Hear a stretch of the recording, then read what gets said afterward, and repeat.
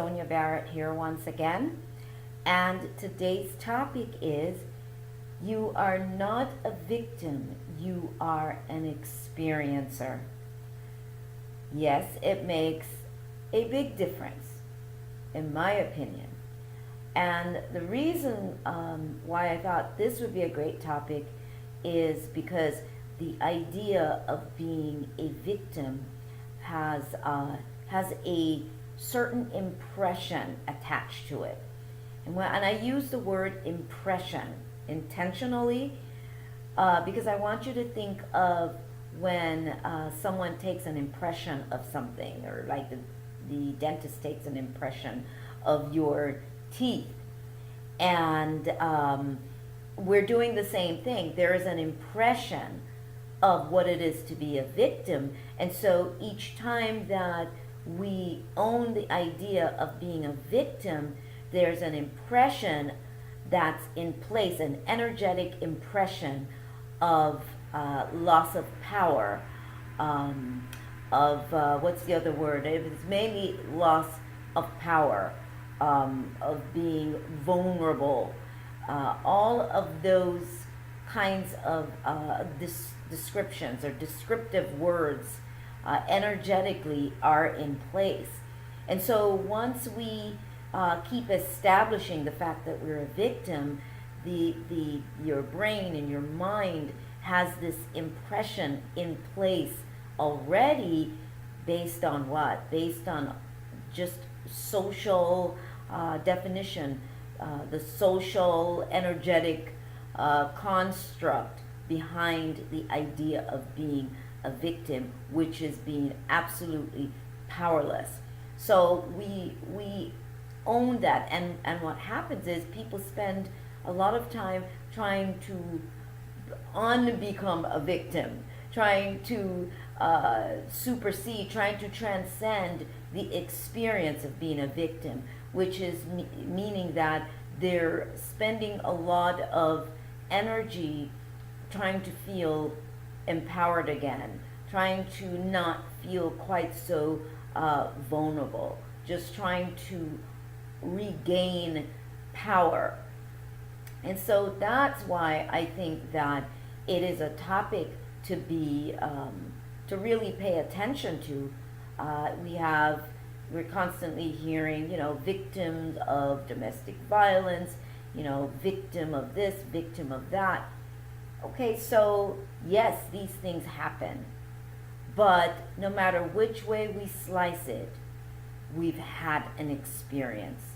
And I think it's a lot easier and gentler on the mind, and not quite so disempowering to the point where it's very difficult to regain any foundation of feeling in power again, or not feeling vulnerable, because you're constantly reaffirming, I don't have any power. I lost all my power to this person or to this situation. There's this constant reaffirming of the loss of power and of your vulnerability, and you can't get past that. So what people end up doing is you end up having, because we're very good with camouflaging and finding ways to cover our pain and to cover truly how we feel deep down. It doesn't mean that it's gone. So we find ways to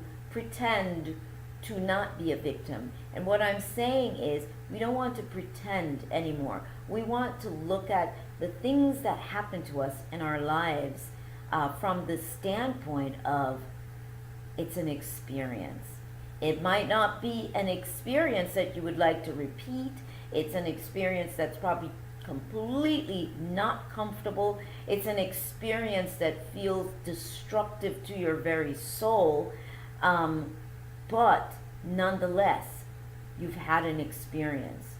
And in saying that, for those of you who have been in that space of feeling like you have been a victim, or had the experience of what that would feel like then to be defined as a victim, if you say to yourself, it was just an experience, you will feel something energetic, something different happened to you when you say it was just an experience.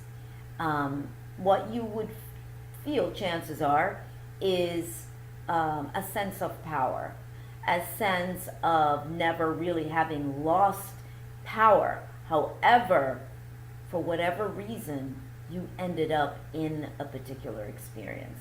And I know of which I speak, having lived, for those of you who know my story, I'm not going to get into it at this time, but lived for 14 years in an abusive marriage. Not just a verbally abusive marriage, but a physically, an emotionally abusive experience. And not one time, in my life, not one time have I ever defined myself as a victim of anything. What I realize is I've had an experience. And so therefore I haven't had to spend my life trying to unwind my mind from being a victim. Not saying that there wasn't residue from these experiences that I've had. Certainly there was residue, and what I had to do to regain myself, to regain more wholly who I am.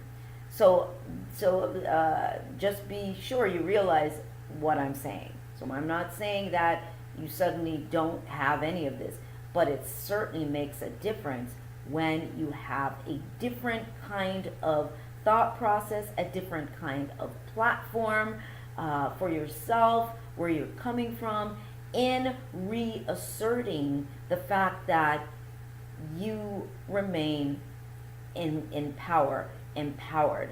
That's why there's certain people in prison that are able to say, physically, I'm imprisoned, but there's a part of me that you will never be able to imprison.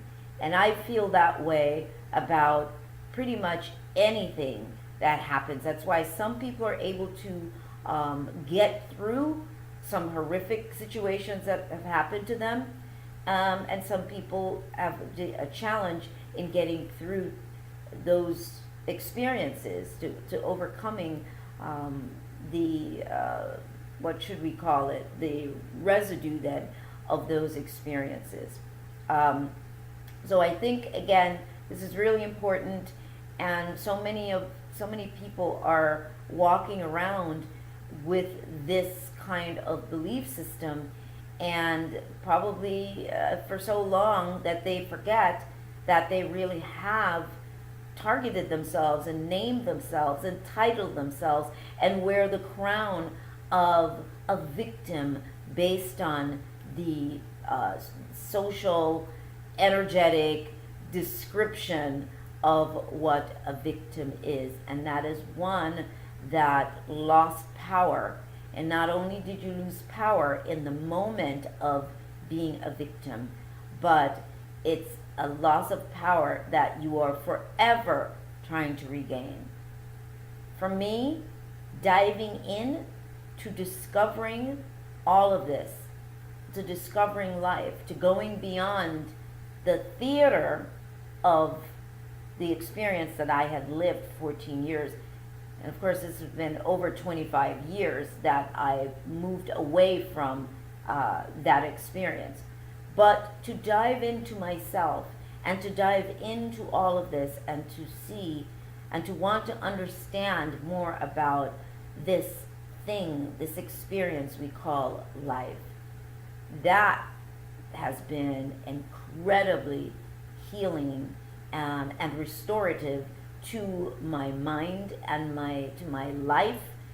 That became more important to me than the experience that I've had. And it also allowed me to not be spend my time being bitter or angry with that person, but rather I was able to understand more about why or how I would have become a part of that particular experience.